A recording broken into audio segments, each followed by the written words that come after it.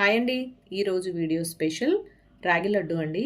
ఇది రుచికి రుచి, ఆరోగ్యానికి ఆరోగ్యం అండి. చాలా మంచిదండి ఆరోగ్యానికి మాత్రం. ఇది ఎలా చేసుకోవాలి ఇప్పుడు మనం వీడియోలో చూసేద్దాం. ముందుగా దీనికోసం స్టవ్ వెలిగించి కళాయి పెట్టుకొని 1 కప్పు శనగ పలుకులు తీసుకొని లో ఫ్లేమ్లో పెట్టుకొని మంచిగా వేయించుకోవాలి. ఇలా వేగిన పలుకులు ఒక ప్లేట్లోకి తీసుకొని పక్కన పెట్టుకోవాలి.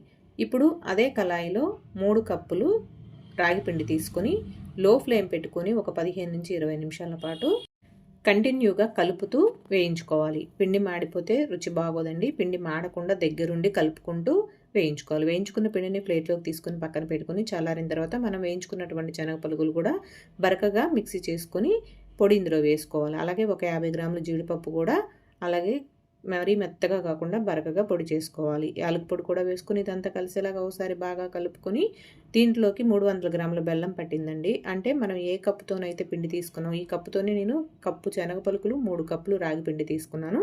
అలాగే 2 కప్పులు బెల్లం పట్టిందండి. కరెక్ట్గా సరిపోయింది. మీకు తీయగా కావాలనుకుంటే మరొక 6 కప్పు వరకు వేసుకోవచ్చు. నాకు 2 కప్పులు అయితే కరెక్ట్గా సరిపోయిందండి. ఈ బెల్లం మొత్తం పిండిలో కలిసేలాగా కలుపుకొని అదే కప్పుతో కప్పు నెయ్యి తీసుకొని పిండి మొత్తం కలిసేలాగా కలుపుకోవాలి.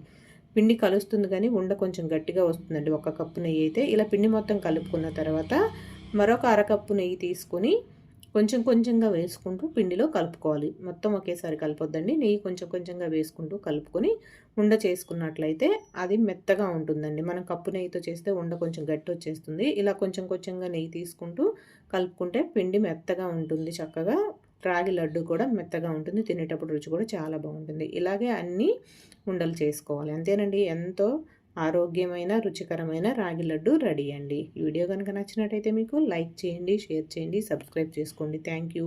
బాయ్ అండి.